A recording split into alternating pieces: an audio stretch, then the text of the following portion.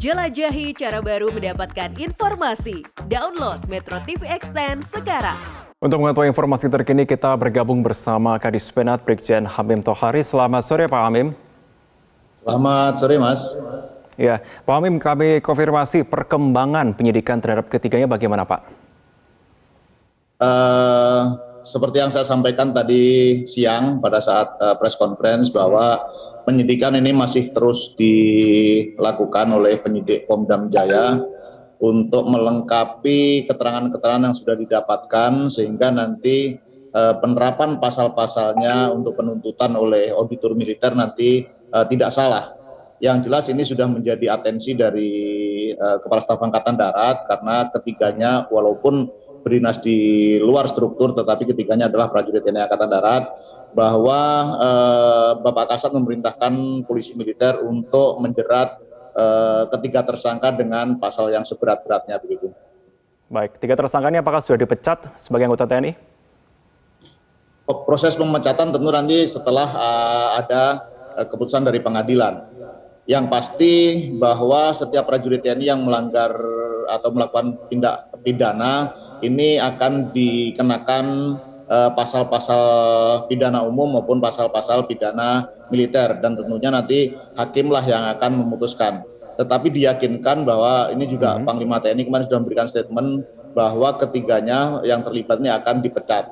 Kemudian persoalan pidana yang dijatuhkan nanti, vonis yang dijatuhkan itu tentu didasari oleh keputusan hakim nanti pada saat proses pengadilan. Baik, Pak Hamim, menurut kesaksian kerabat korban, ternyata sudah 2 kali penculikan terhadap korban terjadi. Bisa kami konfirmasi motif dari pelaku ini apakah memang benar-benar hanya ekonomi atau ada motif lainnya, Pak? Sekali lagi Mas ya, ini memang terus kita dalami motif lainnya. Memang sementara yang dari keterangan yang sudah didapatkan oleh penyidik Poldam Jaya hingga saat ini, yang terkuat motifnya adalah ekonomi. Artinya memang pelaku ini sudah lebih dari 1 kali melakukan hal yang sama untuk memeras korban maupun keluarganya untuk meminta uang tebusan. Untuk dalam hal ini untuk kepentingan pribadinya, sehingga lebih mengarah kepada motif ekonomi. Namun demikian dari hasil penyidikan nantinya ini akan bisa terungkap juga apakah ada motif-motif yang lain atau ada latar belakang hal-hal lain yang latar belakangi terjadinya tindak pidana penculikan, penganiayaan dan pemerasan ini. Nanti akan terungkap baik oleh penyidik maupun pada saat di persidangan nanti diungkap oleh fakta-fakta persidangan.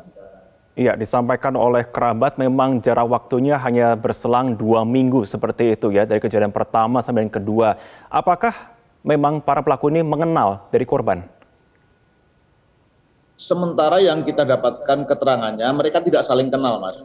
Mereka tidak saling kenal, tetapi mereka memilih korbannya mungkin dari informasi yang didapatkan, karena kebetulan baik korban maupun pelaku berasal dari daerah yang sama. Sehingga barangkali ada informasi yang didapatkan bahwa di sana si korban ini membuka bisnis kosmetik, kemudian dimanfaatkan oleh pelaku untuk menjerat korban dengan dugaan ini terlibat perdagangan obat terlarang dan sebagainya. Tetapi ini masih akan didalami terus oleh penyidik untuk memastikan apakah betul terkait dengan obat-obatan yang terlarang maupun mungkin ada hal-hal lain. Karena memang ada alat bukti yang sampai dengan saat ini masih terus dicari, yaitu telepon genggamnya korban yang sengaja dibuang oleh pelaku untuk menghilangkan jejak, dan hingga saat ini masih dalam proses pencarian. Mungkin di dalamnya nanti akan didapatkan data-data penting terkait dengan motif maupun latar belakang yang lain di luar keterangan yang sudah didapatkan, yaitu motif ekonomi. Oke, berarti ponsel dari korban masih hilang sampai saat ini. Menurut keterangan dari pelaku, terakhir posisi di mana berarti Pak? Ini yang kita belum sampaikan karena ini masuk dalam ranah objek penyidikan juga, sehingga nanti akan kita ungkapkan. Artinya memang sengaja dibuang dan pelaku sendiri pun belum mengakui dibuangnya di mana, dan memang hingga saat ini masih belum ditemukan. Sedang kita coba lacak menggunakan teknologi yang ada, mudah-mudahan ini bisa ditemukan untuk bisa mengungkap ini secara lebih tuntas lagi begitu. Oke, baik. Dalam konversi tadi juga disampaikan ya Pak, pada siang tadi ada 2 orang yang diculik oleh Praka RM dan Praka HS dan Praka J. Namun 1 orang dilepaskan begitu pada waktu kalau tidak salah di tol. Nah, apa kesaksian dari korban yang selamat ini Pak? Untuk kesaksian dari korban ini menjadi ranah bahannya yang disampaikan ke penyidik, sehingga saya tidak bisa menyampaikan keterangan dari korban kedua tersebut yang sekaligus menjadi saksi juga. Tetapi yang jelas bahwa setelah melakukan penculikan terhadap korban yang akhirnya meninggal ini, pelaku juga menculik korban kedua.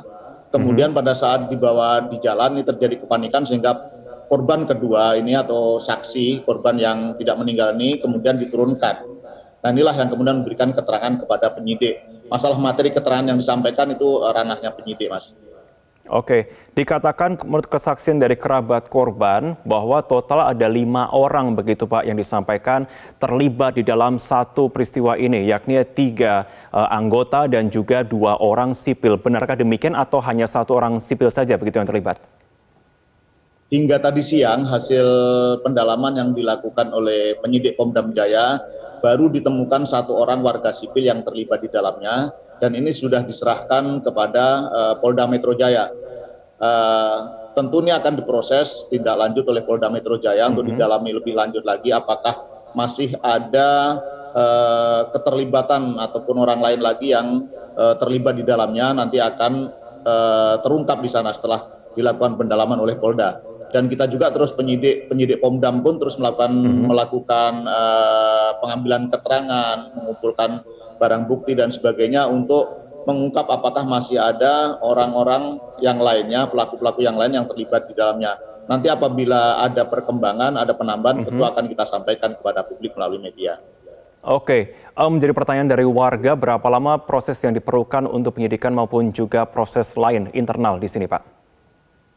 Kita tidak bisa, Mas, membuat deadline ini harus selesai dalam waktu berapa lama, karena kan tentu tergantung dinamika yang terjadi. Apabila alat bukti dan saksi sudah lengkap semuanya, tentunya akan cepat selesai. Namun apabila masih ada keterangan-keterangan tambahan atau mungkin kemungkinan keterlibatan orang lain lagi di dalamnya, tentu ini memakan waktu yang lebih lama lagi. Tetapi yang pasti kita semuanya berharap bahwa persoalan ini akan bisa selesai dengan tuntas secepatnya, sehingga publik tidak bertanya-tanya lagi, dan ini akan kita lakukan secara objektif, jujur dan transparan dan terbuka kepada publik, sehingga publik bisa mendapatkan informasi tentang update perkembangan penanganan kasus ini. Dan ini sudah menjadi atensi pimpinan bahwa tidak ada, sekali lagi saya tegaskan, tidak ada impunitas bagi prajurit TNI yang melakukan pelanggaran tidak pidana. Itu yang menjadi poin pentingnya. Pak Hamim, terakhir singkat saja, ada pihak yang menyatakan ada kejanggalan sebab pelaku bahkan sampai berani merekam aksi kejinya. Apa motif dari pelaku merekam aksi penganiayaan tersebut, Pak?